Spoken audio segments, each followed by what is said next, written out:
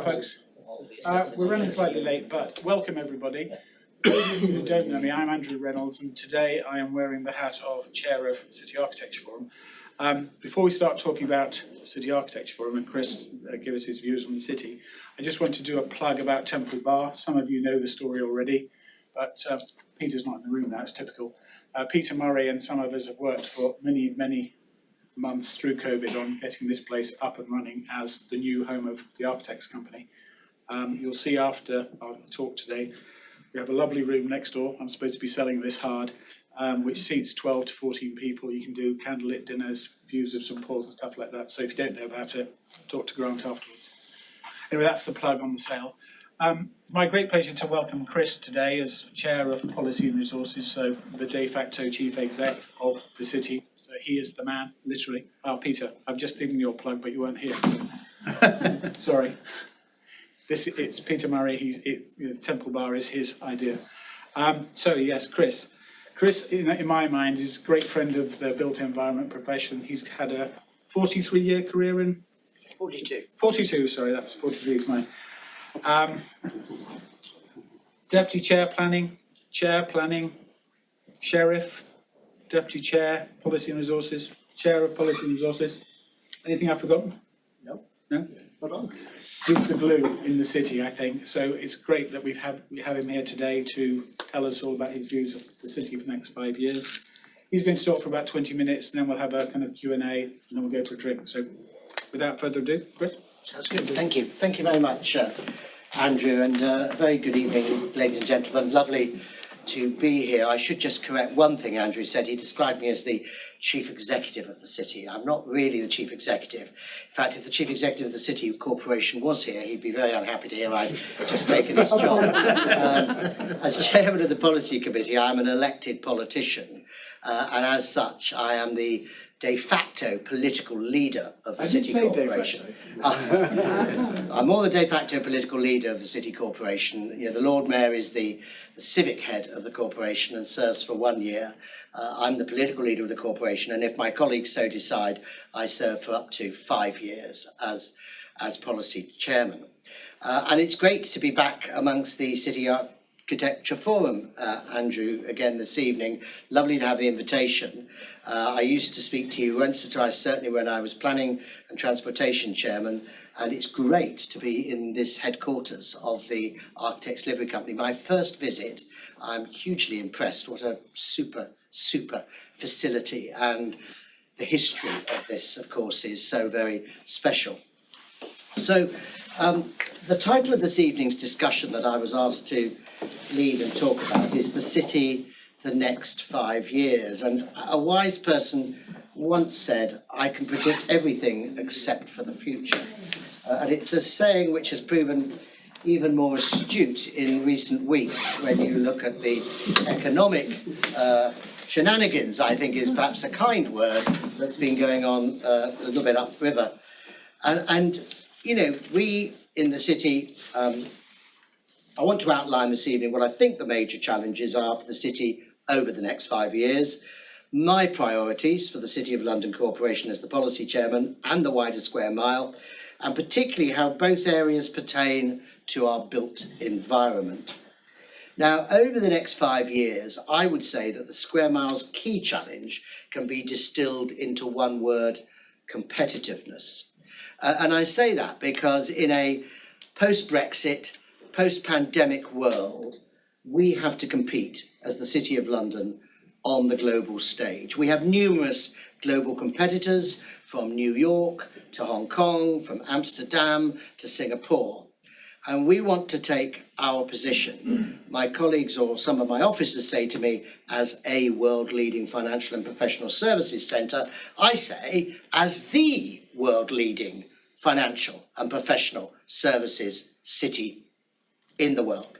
So we therefore have to challenge ourselves to be the best city for business, for investment, for workers, and I'm going to use the word, of course, because some of them are here, and residents as well, who are important in our city as well. And of course, this challenge comes against the backdrop of significant change. Change caused by the pandemic and new ways of working. hybrid working has had a huge impact on footfall in the city, and I'll say a little bit more about that in a few moments' time. Climate change impacting our people and our places, and change as well in the architectural landscape, it's fair to say. Further, we are also facing what I touched on a moment ago, immense economic storms, which will inevitably mean a difficult winter ahead, particularly for our most vulnerable. And we must not be naive to the fact that many city businesses, particularly SMEs, will find it especially tough. And this may have knock-on repercussions, including in the property market as well.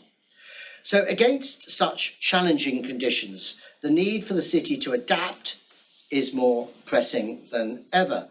And I've always said that one of the reasons the city has survived over 1,000+ years is because we've constantly adapted. We've adapted to the changing needs of businesses in the square mile. And we shouldn't be afraid of change because the city is perpetually evolving. Reinvention and resilience are threads woven into the fabric of the square mile.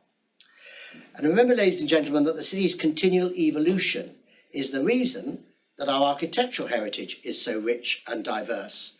Only in the square mile can you see a Wren church next door to a tower, office tower, and kind of it feels right and looks right. And it's unique in this Roman city that we all love.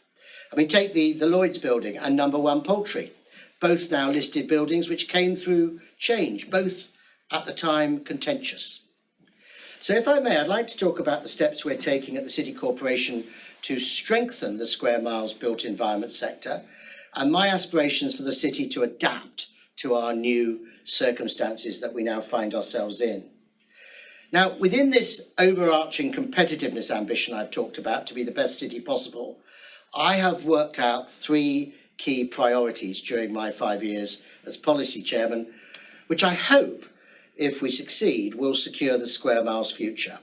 And in short, and I'll say a bit about each of them, they are destination city, green city, and tech city. Now, destination city is an ambitious agenda to reimagine our reputation as a place to be, to revitalise our streets and reinvigorate our businesses. Now, why do we need to do that? Well, I touched on it when I talked about hybrid working in the pandemic. As you know, we have some 9,000 residents in the city, and pre-pandemic, we had 540,000 business commuters a day coming into the city. We've now sort of settled down at about 65% of that 540,000 business commuters, and that's only on 3 days a week now, Tuesdays, Wednesdays, and Thursdays. Friday was always quieter, but now Monday is very quiet as well. And the impact of that, of course, is on the SMEs. It's on the small businesses who rely upon people buying a sandwich or a coffee or whatever in the hospitality sector, the retail sector. They're all seriously hit by that reduction in footfall. So we've committed in the corporation a £2.5 million annual investment in this flagship policy of Destination City, a programme designed to boost the city's attractiveness and leisure offer by creating a leading destination for workers, residents and visitors to enjoy. And we launched this on Saturday, just gone, with a big event in the city. And it was a free event in the city for everyone who came. And we think, and we're just waiting for the first data to come back, we had about 30,000 extra people in the city on a Saturday. And there were little shops, little hospitality outlets that I went into and others went into who made comments like, we've taken more money today than we've taken the whole of the past week. And normally we wouldn't take any money on a Saturday at all. So what we want to do is to develop the city into a 7-day-a-week city. Now, I used to say a 24/7 city, and I've stopped saying that because it upset some of our residents who I think thought that I wanted to create a sort of stag night capital or a hen night capital. I don't. I absolutely don't. We want the right quality of visitors coming into the square mile. We want them to enjoy our cultural offerings.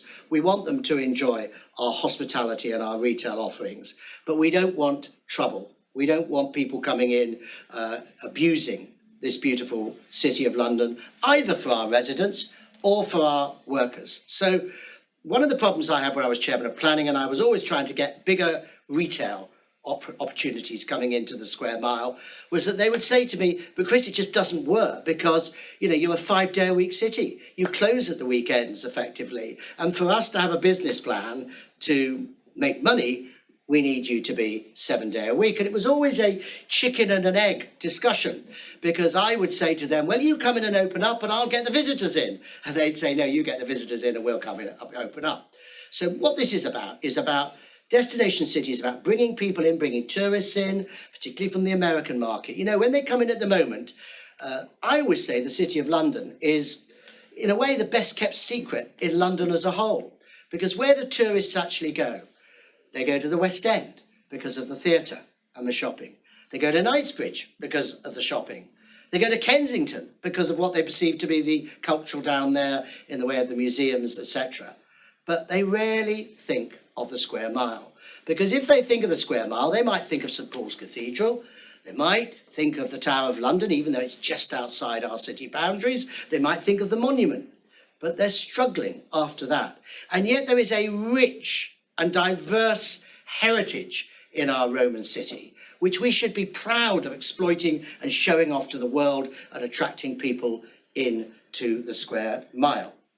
So we want to support our SMEs by significantly increasing our footfall and spend, which was so damaged by the pandemic. Now, none of this is to take away from the principle that we are and remain primarily a business city. And when we consulted all our stakeholders, residents and businesses about this, the businesses were not concerned. They saw this as helpful, actually, because they need an infrastructure around the buildings that works for them. They need restaurants, bars, they need a nighttime economy, they need sandwich shops, they need coffee shops, they need retail.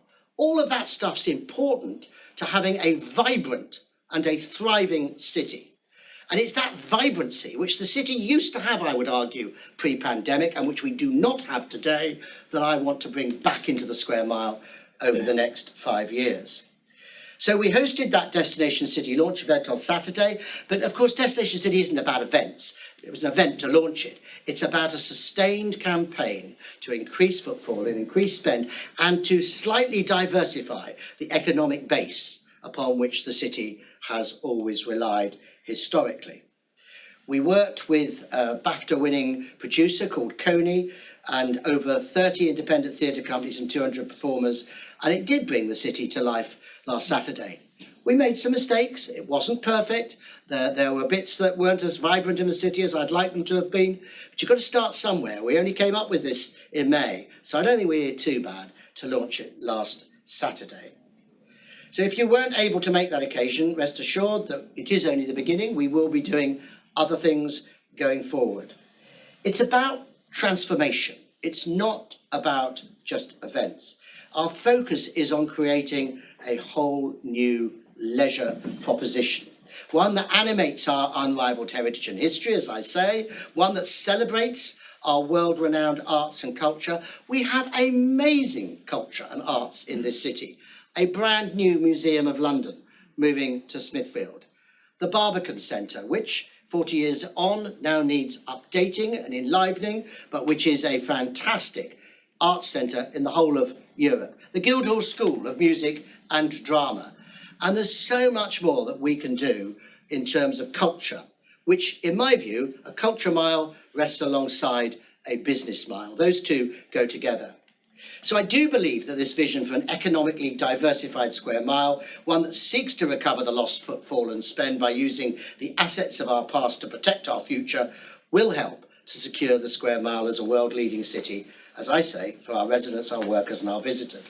Now, the second of my key priorities is Green City, a vision for us to be world leaders in the net zero transition for built environment, a global hub for green finance and pioneers in green skills, development through our Skills for Sustainable Skyline Task Force, which I chair. We've invested £68 million in our net zero programme. It's a very ambitious programme. We remain on target at the moment, and our targets are twofold: to achieve net zero in our own operations by 2027, and our own operations are predominantly property.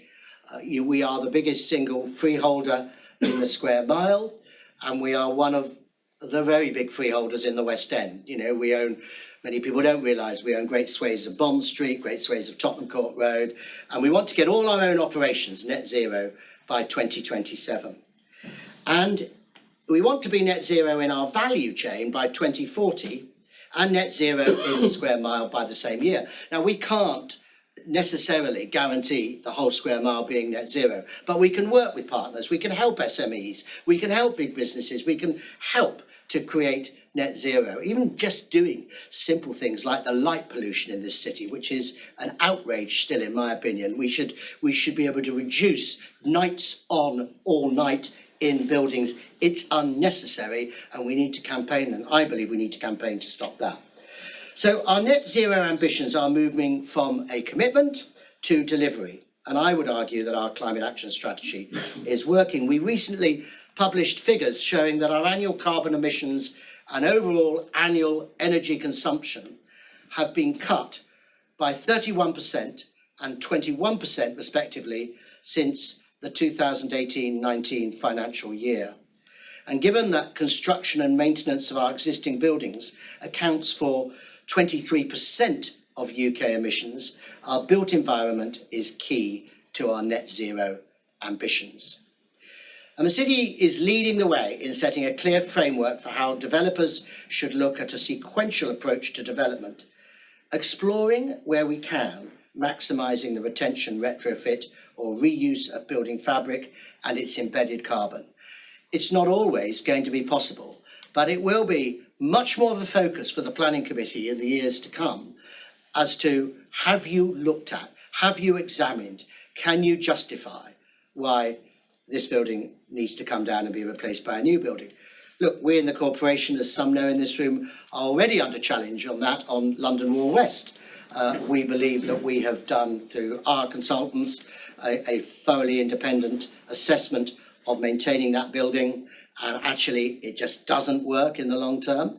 But we will be challenging, because we are a landowner, we are a building owner, we have to apply for planning permission, the same as any other developer has to apply for planning permission.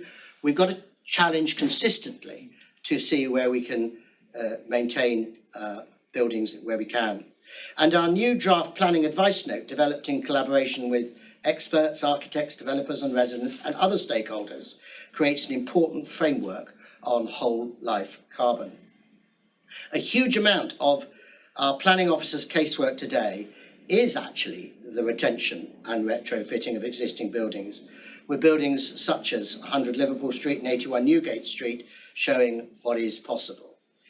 The architecture of today focuses on the circular economy, with materials reused in the building itself or in other buildings, with 1 to 2 Broadgate being a fine example of this, if I may say. And there's also a great awareness of the carbon footprint of materials. 100 Fetter Lane, for example, I think is a fine example of materials passport to minimise the carbon footprint. Now, these are examples of the important ways in which, together as a city, our collective efforts towards net zero are vital and, I believe, are impactful. Now, the third priority is Tech City. And why do I say Tech City? The bottom line is that technology today rules in many ways all our lives, whether it's our personal life and driving our personal life with our gadgets, with our phones, with our laptops or whatever, or whether it's our businesses, which are increasingly driven by technology, and particularly in this city where financial and professional services, fintech, is a major consideration. It's really important that we have a cutting-edge vision for the square mile as a place supported by world-leading technologies, strengthened by world-leading transport and securing more tech businesses in the square mile. I'm not thinking of trying to create Silicon Valley in the square mile, but I am saying that we need to be a tech-enabled city to be competitive as a global city against the likes of New York and Singapore. And Tech City will be supported by infrastructure improvements which will help our city thrive. For example, a 5G pilot programme is set to be trialled along Queen Victoria Street in November next month, with a view to having citywide coverage of 5G by the end of 2023. And furthermore, after long delays, we know we are finally enjoying the Elizabeth Line or Crossrail, which is a landmark achievement, and I believe really fundamentally important in terms of bringing so many people within the reach of the city that never had that opportunity in a really, really speedy and professional way. And you may know or may not know, the City Corporation contributed £250 million to Crossrail. It's taken us a long time to get our return on investment, but it is now open. And I do believe that it will be transformational in transport terms. It brings an additional 1.5 million people within 45 minutes of central London. So I think the Elizabeth Line has the opportunity to boost our pandemic recovery, boost our local businesses and boost the local economy. In short, I'm pleased that we at the City Corporation are making great strides, I think, to become a destination city, a green city and a tech city. Now, for our built environment, these priorities will hopefully mean more people spending more time and money in the City of London, using our buildings and enjoying our surroundings. It means that our city will be more sustainable, more enduring for future generations, and it means that our ancient city will be supported by world-leading technological infrastructure. So it is the exemplary developments in the city that bring our shared vision to life, which is critical as we develop our City Plan 2040, which is still in development. The new version of the plan, which we will publish next year, will set out an ambitious agenda for sustainable growth and recognise the vital role that development will play in realising our vision for the future of the square mile. It's only by protecting the present that we can be in a position to fight for our future and succeed with a city unrivalled in its offer as a place to live, work and visit. So I think together we can ensure that we're undertaking the critical work of building tomorrow's City of London today. And I look forward to discussing this with you tonight and answering as best I can your questions. Thank you very much.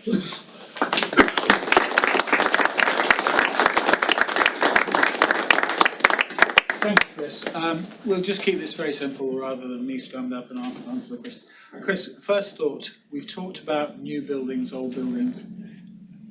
I'm wearing developer hat as well as a chair hat today. It seems to me retail has changed in the city. There's still lots of ground floors empty. I suspect they won't come back into retail use because people have changed their shopping habits. Something I've talked about with some of the planning officers has been the whole nature of ground floors of buildings integrating with the public realm. Any thoughts on that? Yeah, major thoughts on that. So, our office buildings need to be permeable at ground floor level. They need to be, there needs to be the ability to link in, as you rightly say, with the public realm. I mean, you raise a good point about retail, because when the pandemic started, my great fear was that we would find loads and loads of our shops boarded up, and we would look like a town or elsewhere in Britain where the high street was like completely dead. And I was really worried about the image that would give us. And we proposed a £50 million COVID recovery fund for our SMEs, and they could claim up to £100,000 after independent assessment of their business case and of their circumstances. And we know that kept some of our shops open. We know it kept some of our retail going. It didn't save everyone. You'll never save everyone. Any politician who says I can save every business from going under is just talking a pack of lies. But we did do something that was, I think, a real contribution to SMEs. Now, why did we do it? Well, one of the reasons we did it wasn't just the boarded up shops, of which there are obviously a few, but not many. The other reason we did it really was because when the government grants were handed out to cities and towns across the United Kingdom during COVID, they were basically disseminated on the basis of residential population. And with a small residential population, we didn't get the same quantum of public money in the City of London that other towns and other cities got. And that's why we had to use the resources of the corporation to give an injection of support to the city and to SMEs. And I have no regrets about that. I was one of the proposers of creating the COVID Recovery Fund. And I think it was the right thing to do for the future of the city in terms of, we confronted, we all did, didn't we, in this room, the most unimaginable scenario with the pandemic. Who would have thought in our lifetimes we would effectively see time stand still for 2 years? It did. It stood still for 2 years. Who would have thought that also what started out to be lockdown because we might all catch the virus has now, as some say, the genie has escaped out of the bottle and it's now lifestyle. People want to work 2 days, 3 days maybe in the city and they want to work the rest of the time at home. And that has a huge transformational impact on what your city or your town or even your village looks like. So, we responded to that. So to get back to your original point, I think permeability at ground floor level, tying in with public realm, better public realm, right? More green spaces, whether they be in the sky, where we've got sky gardens, etc., or whether they be pocket parks or small green areas. I think it's really important to think about public realm and the greenness in a city. We do not want, I'm sorry if anyone comes from New York, we do not want to look like New York. I don't want us to look like New York. I want us to have character. I want the city to have character. And part of character is public realm, is public open spaces. You can only do so much in a square mile with that. But with ingenious and clever design and imagination, I think you can create that sort of environment, and we need to do that. That wasn't a fixed question, I might add. But No, I didn't know. Questions, folks, come on. Somebody must have some. Right? Thank you. I guess we've been thoughtful over these last few months about the great challenges that Transport for London has had with its discussions and its negotiations with Department for Transport, and there seems to have been a very clear political play, really, between a mayor who very much came to office saying that the reduction of fares was a really key part of his platform, and I think he's very much been told that those fares need to go up as part of paying for the agreement. The agreement looks okay, but it definitely requires some significant cutbacks. What's your view of the outcome of those kind of elongated negotiations and where we go now going forward? Well, Roy, first of all, I would just say I'm glad there has been an outcome, because we went on for months and months and months with the government giving little short-term financial support to TfL, 3 months, 6 months. You cannot run, an infrastructure, a network, transport infrastructure on short-term planning of that nature. Now, the Mayor of London and I, we're not always close on everything, but we were close over TfL. And when I took over this job, I told the Mayor of London, you will have my support with government to get a long-term settlement, a fair settlement for Transport for London. Why? Because a sustainable transport system for Londoners is essential. It's non-negotiable, and no government can leave Londoners standing without a transport system. And to be fair to the Mayor of London, he, like us, couldn't have seen the pandemic coming. He couldn't have seen the underground shutting down, nobody on the buses, no fares coming in whatsoever. So, I think it took the government too long. I think there was too much party politics, if I may be blunt, between Tory and Labour. And I think it was a chance to have a go back at Sadiq. Maybe Boris, having done the job before, felt that this was good sparring. There are things you don't spar with people. And in my view, TfL should have been one of them. Now, the new settlement, it's okay, as you rightly say. There is some capex in there, so we're quite encouraged that some of the things that we have been urging TfL to do, infrastructure-wise, will be able to be done. But, the mayor then has to play his part the other way, as you know, when we talked about fares, etc. And I think that's going to be a strain. That's going to be a constant debate. But the transport infrastructure overall, particularly given the Elizabeth line opening, has hugely improved for us in the city, actually. I can get on the Elizabeth line and be in Canary Wharf in less than 10 minutes. By the time it opens to Heathrow, and Bond Street opens next month, you'll be able to get out direct from stations, whether it's Farringdon or Liverpool Street. You'll be able to get straight out to Heathrow in a matter of 40 minutes or whatever. So I think our transport infrastructure has improved. I think we need a long-term consistent settlement for Transport for London so that they can invest for the future. As I travel around the world, I do a fair bit of overseas travel in this role, I have to tell you, our underground system ain't very good in comparison to other countries I visit. Not saying they're all perfect, they're not. But I think there's been a genuine underinvestment in transport in this country, frankly, in comparison to many of our European counterparts. And I think, it's the old story, how do you catch up? How do you get our transport system as good as some of those transport systems elsewhere in the world? Because it really is quite old, the London Tube and the London Underground now. There have been huge improvements, but, we're still a long way to go. Thank you. Just following that up, Chris, there are about 13 underground stations in the city. Only about 3 have step-free access.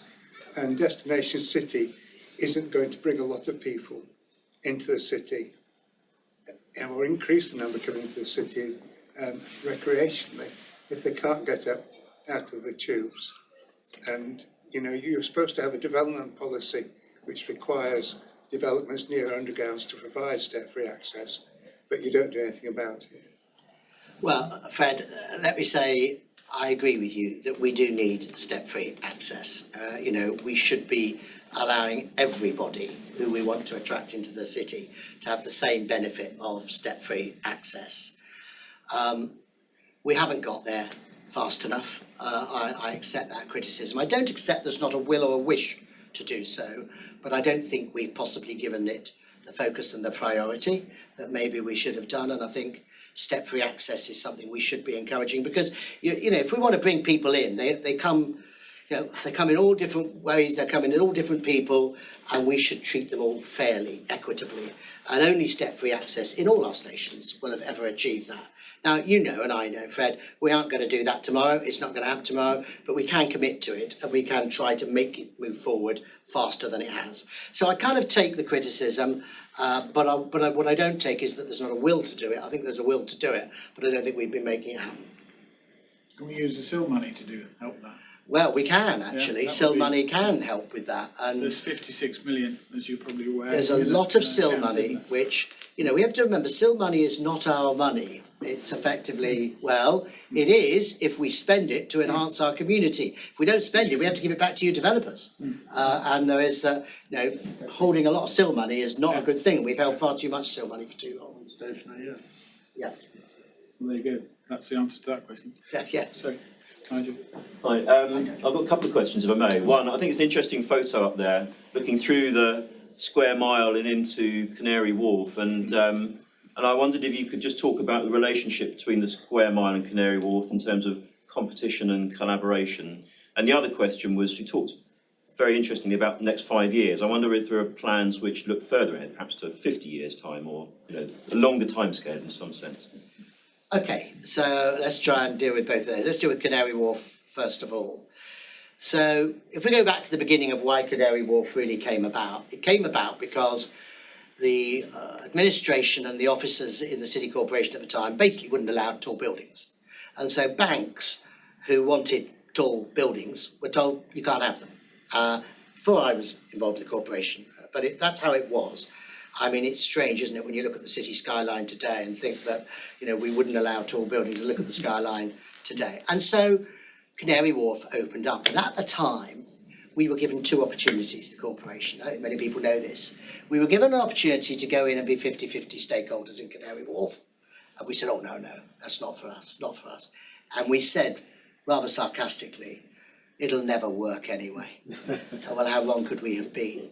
Secondly, when London City Airport was constructed, we were given the opportunity to purchase London City Airport. And we said, oh, no, we might want to get involved in anything like that. Now, Canary Wharf has been a huge, undoubted success. It's a very, in my view, attractive community that they've built there. However, it is facing significant challenges with its banks and the space that they will need in the years going forward. So most of their leases have still got about 8-9 years to run, so they haven't got an immediate problem, but they know that already, you know, if you listen to what HSBC have just announced recently, they're going to mothball floors, etc. Now, one of the effects of this, I believe, and I've yet to provide you with concrete evidence, and I can't yet, because there are all sorts of commercially sensitive discussions that go on around this, is I think there will be a migration from some of the Canary Wharf tenants into the square mile. You know, I talk sometimes to organisations who were in the square mile who went to Canary Wharf, and they let on that they are reflecting on perhaps they should come back to us. Now that's interesting, obviously, and it's beneficial potentially for the city if they do so, particularly when you take it in conjunction with what's happening in Westminster. So Westminster has a new political administration, much more focused on the residential community. And so we are finding that more and more Westminster-based businesses are moving east. And you think about the whole trend in the past 30, 40, 50 years, business is moving east. It's why it's moved down to Canary Wharf, it's why it's gone to Newham. It's constantly moved east. And we have always been much more competitive on rents than the West End in the city for businesses. So if we're attracting business, and we are, sort of across Midtown and into the square mile, and we're attracting business from Canary Wharf, and that's my job as an ambassador for the city, is to get business into the city, not business leaving the city, business into the city, then I think we have a future with Canary Wharf. I talk to them all the time. I talk to their organisation, to their owners. We try to look for mutual collaboration where we can. I have always taken the view, and I may be in a minority, that we don't need to be competitors with Canary Wharf. We can be complementary to each other. We can offer something different. We don't have to be at loggerheads and fighting. And this might be a chance now to see what can be done in that respect. Now, you asked the question about a 50-year plan. Look, I'm too old to be here in 50 years' time. And the trouble with politicians is we're elected for whatever it is, 4 years for Common Councillor, 6 if you're an alderman. And it is hard to get commitment beyond that sort of 5-6 year vision. Although I'm working with the new Lord Mayor coming in now to see whether we can at least extend that out to 2030. Because, you know, you have a dual leadership team. You've got the Lord Mayor changing every year. You've got the Chairman of Policy consistent over the 5 years. The problems always are around, well, what will the city, what should it look like in 10 years' time? And I spend a lot of time when I do talk to developers and global investors asking them that question. Because the question isn't just what we want it to be, it's what do our customers want it to be? What do they want it to look like? And here's a couple of interesting statistics for you. So when the pandemic started, in the first full month of lockdown in April 2020, our planning department had more pre-application discussions with developers, global investors, than we'd had in the previous 5 years. That, you would say, is remarkable. Why would that happen? And those pre-application discussions resulted a year later in 2021 with the planning committee having to meet not once a month, but twice a month to consider the planning applications, a majority of which were for tall buildings in the city. Can't build out very easily in the city, build it up. And when I talk to developers and global investors, they say, look, we don't look at 2 years of a pandemic. We don't look at 5 years of we look at 10 plus years, which kind of bears out your question. Surely, therefore, we should look further ahead as to how we want the city to look. Now, the other issue that makes it challenging always is financing, knowing what we can afford to finance, what we can't. It's no secret the City Corporation is historically probably the richest authority in the country, certainly in cities cash. but it's quite tight on City Fund, which is the public sector fund, which provides our local government services and which we have to balance over a 5-year window at any particular time. So I don't think we'll get much further than 10 years. If we can get out to 2030, I'd be pleased with that. I would think it's better than where we are today, which is the next 5 years. It'd be great to be talking about the next 8 to 10 years. If I'm honest with you, I don't think with politicians you're going to get much more out of them than that.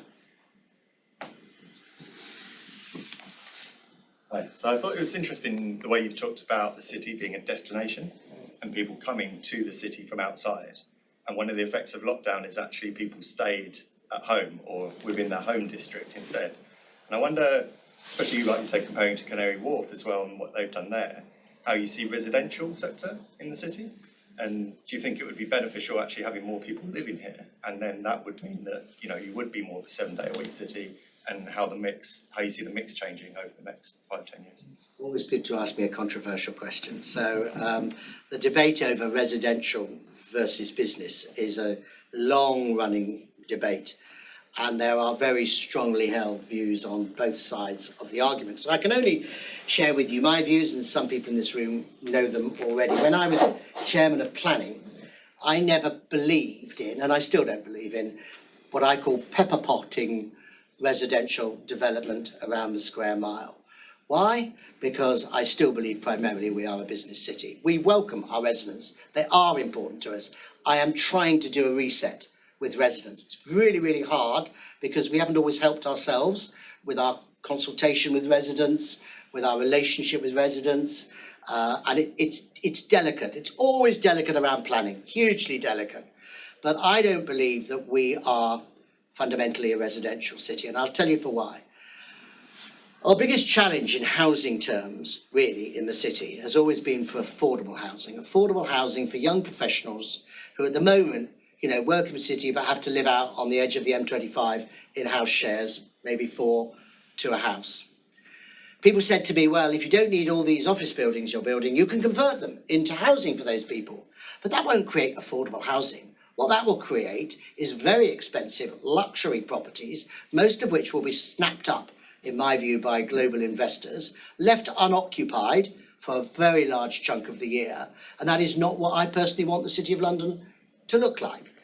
So our residential population are broadly populated within the square mile, that is, in 3 particular areas. Obviously, there's the Barbican, there's the Golden Lane estate next door, and then if you go over to Portsoken and Middlesex Street, there's that piece on the very east of the city, bordering on Tower Hamlets. And those, if you like, are our key 3 residential communities. But of course, the City Corporation owns a number of housing estates outside of the square mile in other London boroughs. The truth is, a number of those are pretty run down. They're nowhere near at the level we would want them to be. And what I would like to do is to refurbish and develop those out-of-city housing estates into more affordable housing for young city workers, or for city workers. It doesn't have to be young, I'm not ageist, city workers. But I don't believe that in a square mile, which is predominantly, you know, the global headquarters for financial and professional services sector and insurance companies in the main, I don't believe that we can ever explode into a residential city. Others don't agree with me. Others say we should be doing that. We should be becoming more residential and less business focused. It's not my view, and I don't think it's the view of a significant number of my colleagues on the Court of Common Council.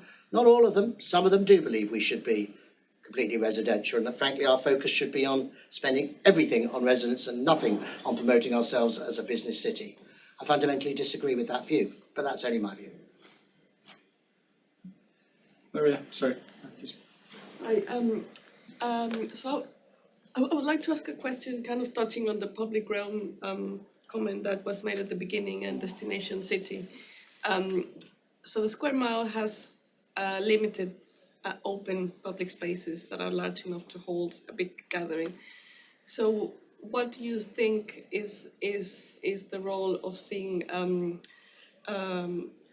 streets as spaces in its own right to be able to host these big events, bring more people into the city, and having kind of similar aims like Paris, for example, that is kind of driving for a really strong green agenda, pedestrian cores around business districts. So I think the general principle of what you suggest is a good principle. We should use our streets in a more creative fashion. And when I was chairman of Planning and Transportation, on day one, I asked our officers to give me our transport strategy. And they looked at me very blankly. And it very quickly became apparent to me we've never had a transport strategy in the City of London. And I thought, well, how can you have planning policies and development policies, but you don't have a transport strategy? So I said to the officers, right, we're going to have a transport strategy during my time as chairman of Planning and Transportation. And it's not going to be motherhood and apple pie. It's going to be radical, it's going to be challenging, and it's going to prioritise pedestrians and cyclists. And why did I say that? Well, the pedestrians and cyclists bit is really threefold. First of all, we don't have a lot of parking in the square mile. Indeed, we don't allow new developments to create car parking spaces. They can create, and they have to create cycling spaces, but we don't let them create. And I think we've got about, from memory, certainly in my day anyway, it was 3,500 on-street and off-street parking spaces in the city. And if you just think about that, 3,000, imagine if you had 50% of those 540,000 driving in every day, you would have absolute snarl up. The second issue is around air quality. So air quality is a quiet and hidden and secret killer. And we know that. We know that obnoxious fumes are extraordinarily bad for us. This is a big part of climate action. So when I also said to the officers, what's top of my in tray as chairman of Planning and Transportation? They looked at me, a little bit gleefully, I thought at the time, and said something called Bank Junction. And they said, you have got to do something about Bank Junction because there have been 3 fatalities there. There have been numerous accidents, and the coroner at the last inquest said, if the City of London doesn't do something about this dangerous junction with 5 tributaries coming into it, I will hold them culpable. They said, read this is his findings, read this, Chairman. They looked at me and they said, but almost again with a glee in their eye, that means you, Chairman, if you don't do something about it, you'll go to jail because they'll hold you culpable, not us. You're the politician, you've got to make the decision. And that's why we made the decision to close Bank Junction to traffic, as you know, during certain hours. And of course, not rocket science, it did significantly cut accidents. It certainly cut fatalities. One of the things that we hadn't particularly focused on at the time, but actually happened, is air quality suddenly dramatically improved, as it did at Aldgate Square, when, if you remember, Aldgate Square was an absolutely dreadful area for air quality. The moment we created a beautiful square there, air quality improved as well. So we published this transport strategy during my time as chairman of Planning and Transportation, which was widely acclaimed across London and further afield from the United Kingdom as being progressive, as being modern, as being, as really focusing on things which politicians don't normally like to talk about, which is pedestrians and cyclists. They all want to talk about being friend to the motor car. Well, I understand people need cars. Of course, we want people to drive electric. We don't want people to drive, we certainly don't want them driving diesel. We don't really want them driving petrol. But we don't have the space. We're a square mile. We just don't have it. So we have to say to people, by all means, it upsets my colleagues, I might say, in the London boroughs who I meet regularly, who say to me, why have you encouraged everyone to drive in as far as the boundary and then walk? I said, well, everyone can walk in the square mile. There's nowhere you can't walk in the square mile to get to and from, or cycle to and from. So I'm proud of that transport strategy, and I and my successive chairmen who have followed me have kept it going and are driving it forward. And I think it's radical. I think it's transformative. I think it helps the use of our streets. I think a part of that transport strategy has to be linked totally to public realm, has to be linked to more greening, has to be linked to opening up our streets more for bringing people in, using the streetscape for events, etc. And we're starting to do it. We're doing it in conjunction with some of the bids as well, the business improvement districts, which are a remarkably exciting and successful way of engaging businesses and residents in our infrastructure and what they want out of their city. So, principle, I agree with what you say. It takes time. No, was that your question? So Barney, sorry. Should we make this the last one? I think it's probably time for a drink, but yeah, we won't spill. In my view, the city's best asset is its Thames Path, with its amazing southern aspect. And you'll see numerous times of the day the South Bank's rammed with people, the North Bank hardly anyone at all. What can you do to encourage building owners to open up or to be imaginative with the ground floor usage of their buildings to encourage people to be on the north side? Quite a lot. We can do quite a lot, Barnaby, and we are trying to do that. If I'm going to be absolutely blunt, I think it's an absolute disaster and a disgrace, the North Bank of the city. When you look across at the South Bank and you see how they can walk all the way along, you cannot do that on the North Bank in the city. When you look at the amenities of walking along the South Bank, we don't offer that on the North Bank. We need to. Certainly the square mile bit of it that we're in control of. We can't necessarily do the Westminster bit as it goes along, but that's got the embankment. And we've got also, incidentally, dreadful traffic jams and fumes around Lower Thames Street, Upper Thames Street, all down there. It's a pretty ghastly area, in my opinion. So we do look at plans with developers all the time about opening up that, what I call river path, if I can call it that. And then I say, well, that has to go further than just being able to walk along the North Bank. It has to actually include facilities, amenities, entertainment, things that, you know, will attract people to use that North Bank. Because at the moment, you know, when you look at what the South Bank has done and achieved, and you look at what we've achieved, it's chalk and cheese. And frankly, we have let this go on for years and years on the North Bank. There are opportunities. We're doing stuff now around where the boys' school is, and that end, which is a particular snarled up, nasty piece of area, in my opinion. But what we really need is, in my view, a whole development scheme, imaginative scheme that takes into account the whole of that North Bank and says, over a period of years, and it will be a period of years, and obviously with the agreement of the landowners along that bank, we're going to create a new and a better South Bank on our North Bank.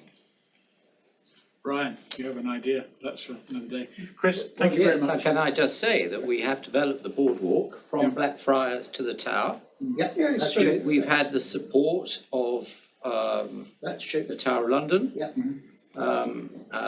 PLA, Yep. the mayors, Yes. very keen on it. And they said the ball's in the city's court because you're the local planning authority.